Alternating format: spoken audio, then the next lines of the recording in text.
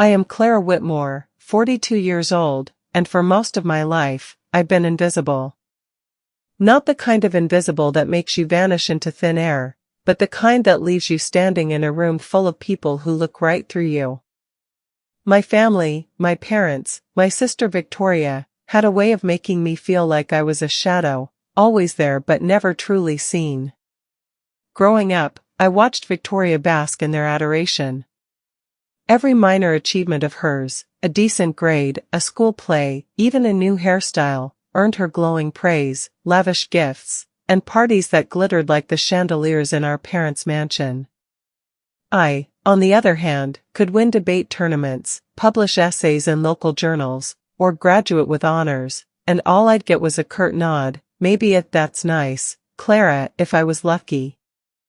It wasn't jealousy that gnawed at me, it was the ache of being overlooked, the quiet sting of knowing I didn't matter as much. That invisibility followed me into adulthood. When Victoria needed money for her boutique or her latest vacation, my parents' checkbook flew open. When I got divorced at 35, left to raise Ethan and Grace alone while working as a school counselor, I got lectures about making better choices. My mother's voice still echoes in my head, if you'd been more careful, Clara, you wouldn't be in this mess. No help, no support, just judgment. I swallowed it, like I always did, and kept going. For my kids. For myself. But every time I thought I'd made peace with it, something new would reopen the wound. That Sunday evening at my parents' sprawling estate in Connecticut was the breaking point. The dining room was a spectacle, as always, crystal glasses catching the light, a long mahogany table groaning under the weight of dishes prepared by their private chef, Pierre. Victoria's kids, Lily and Noah, were the center of attention. My mother fussed over them, piling their plates with herb-crusted lamb and roasted vegetables, while my father asked Noah about his soccer game, hanging on every word. Ethan and Grace sat quietly across the table, their eyes flickering with hope that someone might notice them. I watched, my fork hovering over my plate, as Pierre served Victoria's kids with a flourish. Then he turned to mine. "There's some leftovers in the kitchen," he said, barely looking at Ethan and Grace. "You can have whatever's there." Leftovers. Scraps. My 10-year-old son, Ethan, lowered his gaze, his shoulders slumping as he tried to hide the hurt. Grace, 7, twisted her small hands in her lap, her lips pressed tight. I felt my heart clench, a sharp, physical pain. They weren't just dismissing my children, they were teaching them to accept the same erasure I'd endured my whole life. I'd spent years telling myself it was fine, that I could handle being the unfavored one. But seeing that same dismissal aimed at my kids?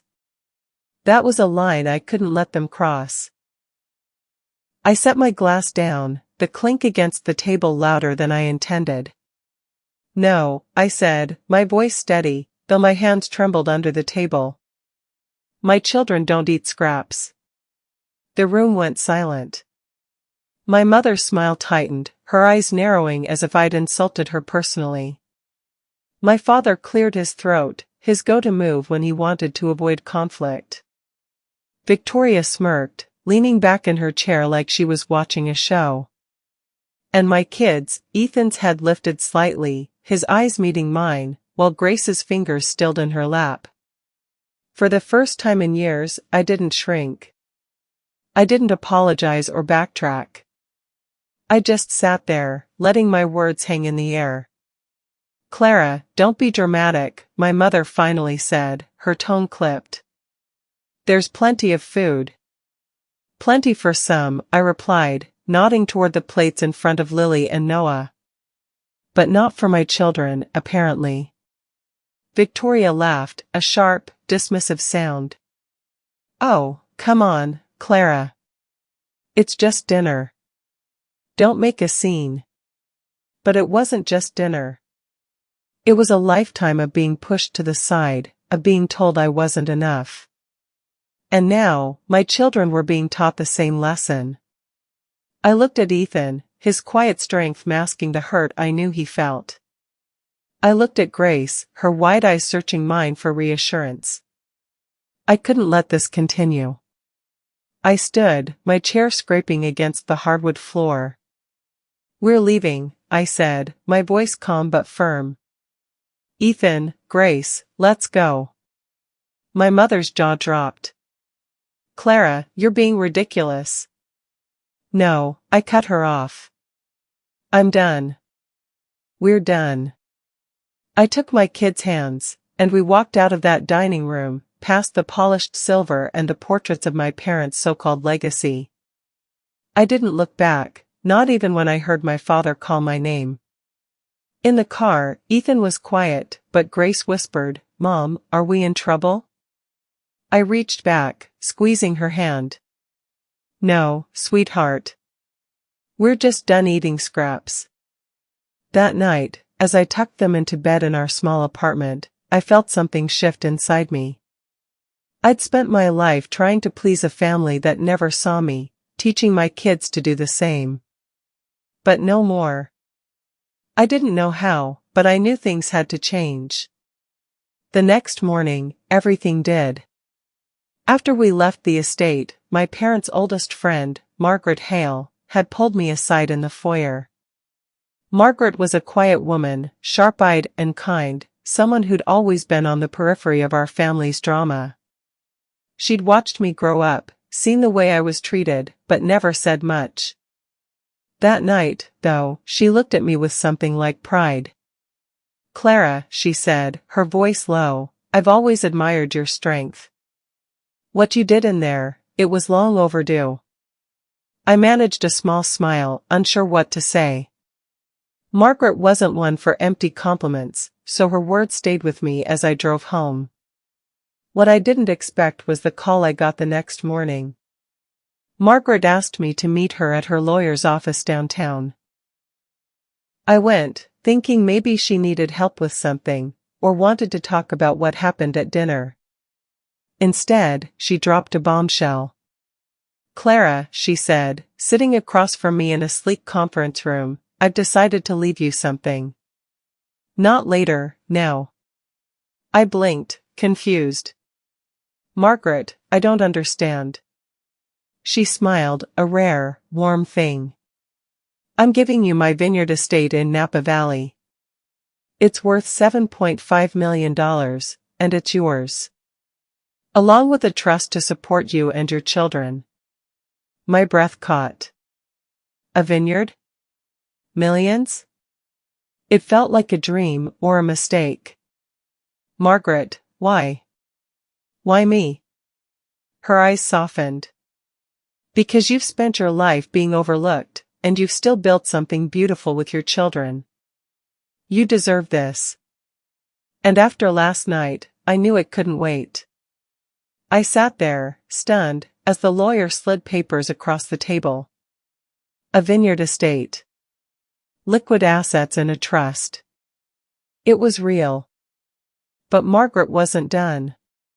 She leaned forward, her voice dropping to a whisper. "There's something else you should know. Your family's fortune, it's not what it seems." She explained it all. My father's real estate empire, the one he bragged about constantly, was crumbling. Bad investments, unpaid loans, a market that had turned against him. The mansion, their pride and joy, was mortgaged to the hilt. Victoria's husband, Mark, had left her weeks ago, fed up with her reckless spending and entitled attitude. The Whitmore legacy, the one I'd been excluded from my whole life, was a house of cards ready to collapse. I drove home in a daze, my mind spinning. For years, I'd been the one scraping by, working long hours to keep my kids fed and clothed, while my family lived in their gilded bubble. Now, that bubble was bursting, and I was the one with a future. By the next afternoon, they were at my door. My mother, her face pale and drawn.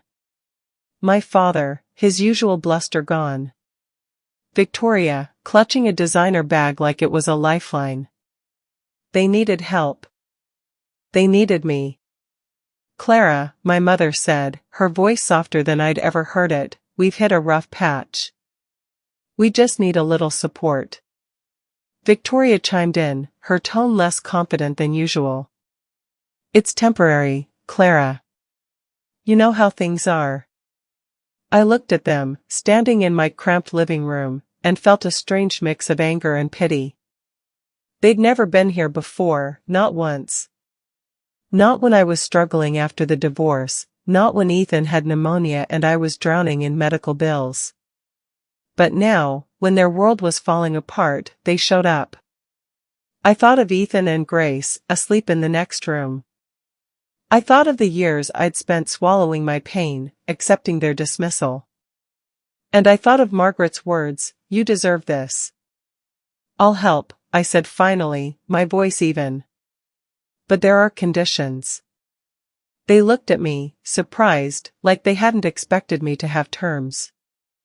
"Victoria, you and the kids can stay here temporarily. But you'll go to therapy. All of you. And you will treat Ethan and Grace with respect. That's non-negotiable." My mother opened her mouth, then closed it. My father nodded slowly. Victoria's eyes widened, but she didn't argue. For the first time, I wasn't the one bending.